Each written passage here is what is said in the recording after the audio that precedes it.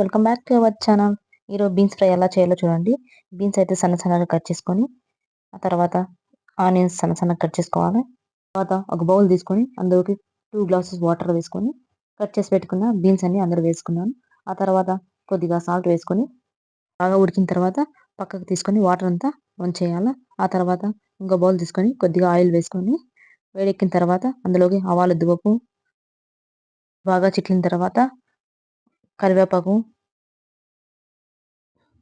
పెట్టుకున్న ఎర్రగడ్డలు వేసుకుని అవి బాగా వేగిన తర్వాత దంచి పెట్టుకున్న తెల్లగడ్డలు వేసుకోవాలి.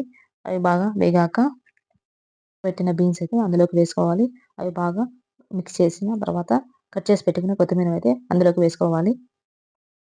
లాస్ట్లో శనగ పొడి అయితే వేసుకోండి. వేసుకున్న తర్వాత బాగా మిక్స్ చేసుకోండి. అంతే అండి, బీన్స్ ఫ్రై అయితే రెడీ అయిపోయింది. వేడి వేడి అన్నంలోకి ట్రై చేయండి మీరు ఒకసారి. నచ్చినట్టయితే లైక్ చేయండి, షేర్ చేయండి, సబ్స్క్రైబ్ చేయండి, కింద ఉన్న బెల్ ఐకాన్ని క్లిక్ చేయండి, కమెంట్ కూడా చేయండి. Bye friends.